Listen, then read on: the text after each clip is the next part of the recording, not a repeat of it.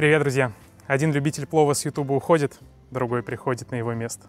Как вы понимаете, сегодня готовим весенний плов. Плов, наверное, второе, если не первое популярности блюдо, которое люди готовят на майских праздниках. Кто-то делает это сразу после шашлыка, кто-то, наоборот, делает по приезду плов, а уже на следующий день, не торопясь, готовит замаринованный шашлык. Поэтому сегодня покажу вам, как готовлю свой любимый плов из индейки. Повторюсь, что для меня плов это скорее про рис, чем про мясо, поэтому индейка, баранина или говядина не так уж и принципиально.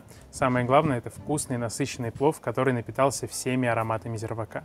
С него и начинаем приготовление. Вы часто у меня спрашиваете, какой сорт риса я беру. Сегодня у меня рис сорта Осман. Вот такие вот рисинки.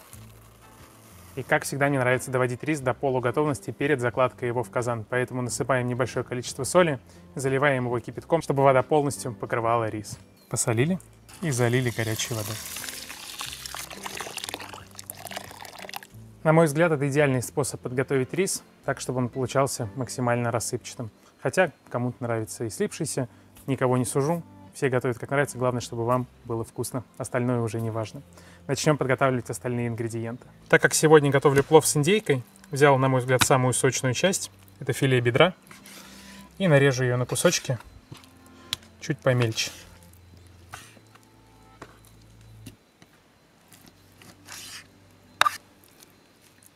Рис и мясо я всегда беру примерно в соотношении 1 к 1, так же, как и морковь. А вот лука беру чуть поменьше. И его нарежу полукольцами, но довольно толстыми.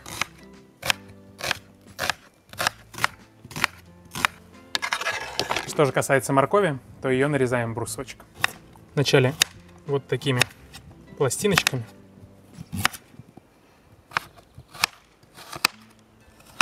А затем вот такими брусочками.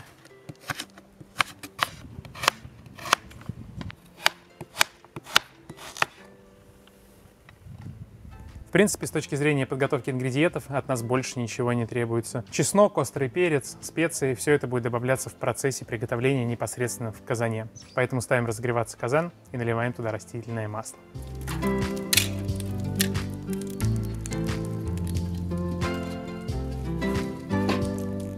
Маслу нужно порядка 300 мл.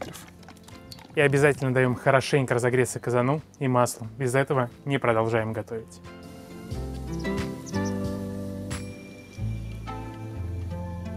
Казан максимально раскалился, а от масла пошел сизый дым. Это значит, что мы можем продолжать приготовление. Смотрите, что я делаю каждый раз. Каждый раз, когда я готовлю в казане, я обязательно перед началом приготовления горячим раскаленным маслом прохожусь по всем стеночкам. И тогда даже после такого долгого перерыва, как был сейчас, когда мы всю зиму не приезжали, казан будет выглядеть как новый. И первым я отправляю обжариваться лук.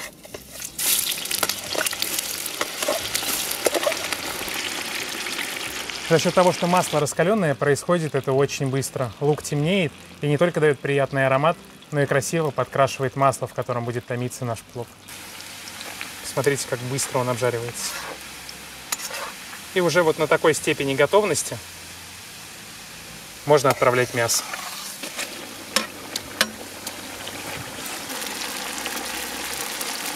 Опять же, за счет того, что масло очень раскаленное, корочка схватывается достаточно быстро, и кусочки приобретают красивый обжаренный вид.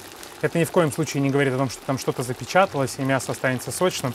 У нас только зирвак будет томиться минут 30, не считая времени приготовления с пловом. Мясо будет мягкое и распадаться по волокнам, то есть про сочность там речи не идет. Но вот красивый жареный вид – это то, что нам нужно.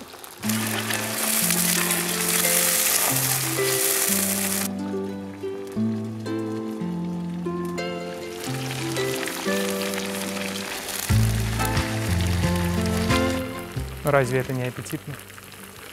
Индейка – мясо светлое, не стоит ждать от него темного цвета, как от говядины или баранины. Если вы добьетесь такого цвета от индейки, то, скорее всего, вы все сожгли.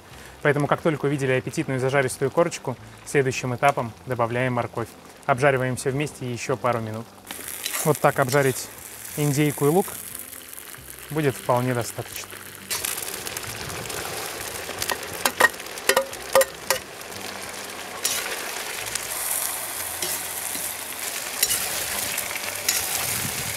Я считаю обжарку моркови обязательным этапом и всегда ее обжариваю. Бывает, что обжариваю часть, бывает, что обжариваю весь объем, но обязательно, чтобы она прогрелась в масле. Натуральный краситель бета-каротин, который содержится в морковке, очень хорошо раскрывается именно в жире. И именно благодаря жиру пропитывает рис своим цветом. Поэтому не пропускайте этот момент. Не добавляйте морковь после того, как вы добавили воду в зирвак. Что касается специй и пряностей для плова, сегодня я счетверил. Обратился к своему хорошему другу с Мытищинской ярмарки, и он собрал мне смесь для плова. Что в нее входит, я вам обязательно расскажу и покажу, и также оставлю все пропорции в описании под этим видео. А здесь у меня просто волшебная смесь. Здесь барбарис, зира, конечно же, немножко шафрана, не тот, что дорогой, а эмеретинский, сушеные томаты, острый перчик, обычный перец и немножко сушеных томатов. Это просто прекрасно подходит для плова. И добрую горсть этой пряности я отправляю в плов.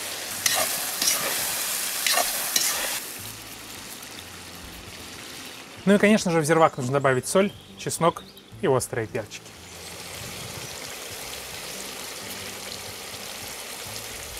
Смотрите, сколько сока уже начинает давать морковь. Туда же отправляем чесночок. Разумеется, я его предварительно помыл. И острый перчик. Что же касается воды в зирвак, то вы наверняка уже знаете, если давно смотрите мой канал, что я категорически против всех этих понятий. Воды на 2 пальца, на 1 палец. Казаны у всех разные, объемы у всех разные, количество риса у всех разное. Поэтому воду нужно брать из количества того риса, который вы планируете использовать. Эту формулу я для себя вывел давно, подходит она практически для всех видов риса, поэтому и пропорции воды и риса я, как всегда, оставлю в описании. И заливаем воду в зирвак. И теперь на слабом огне томим наш зирвак 30 минут. Кто-то делает это под крышкой, кто-то без крышки. Я склоняюсь к тому, что если на улице тепло, то крышка уже особо не нужна. Крышку я накрываю зимой для того, чтобы получше сохранять тепло внутри зирвака. Делать я это на своей печке буду при помощи заслонки, просто обрежу количество кислорода, либо можете убрать лишние дрова, чтобы остались маленькие угольки. Но самые крупные дрова, конечно, лучше убрать.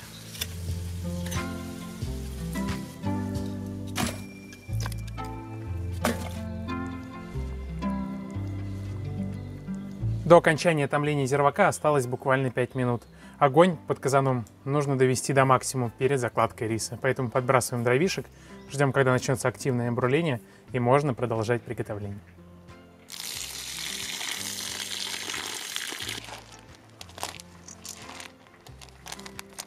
Чеснок и перчик из зирвака пока убираем.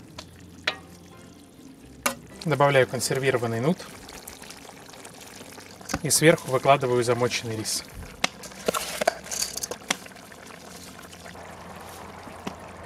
Закрываем крышкой.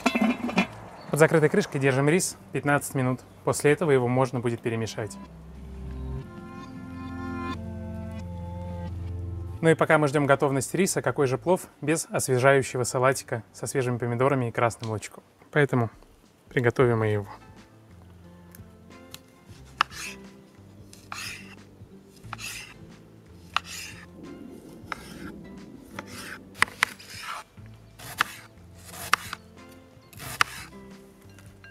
И немного свежей зелени. Весна же. Щепотка соли, маслица. И аккуратно перемешать. Свежий салатик, плов и теплая лепешка. Что еще нужно? Идем переворачивать рис. Он уже заметно подрос в объемах. И аккуратненько переворачиваем его. Собираем по стенкам.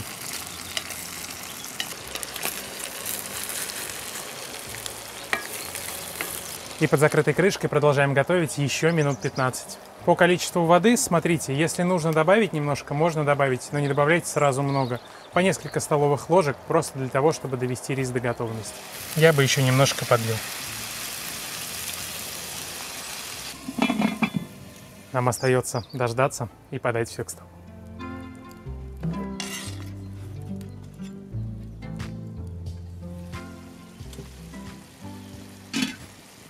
Рис полностью готов. Сегодня подаю все сразу, поэтому хочу сразу перемешать все в казане.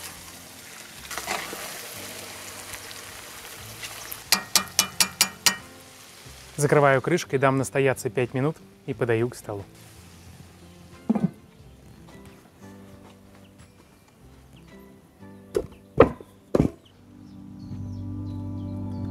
Ну что за красота?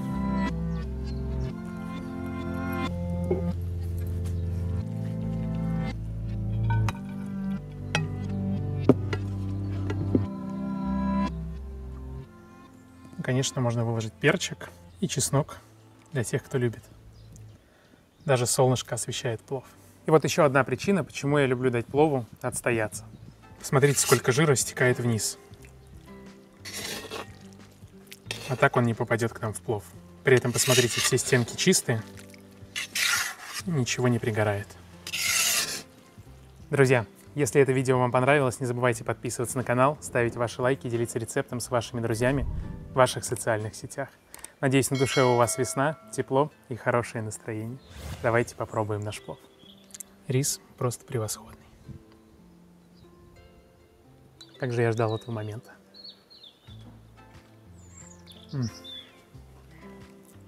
Просто расходится во рту. Давайте посмотрим на индейку. Она просто мягчайшая.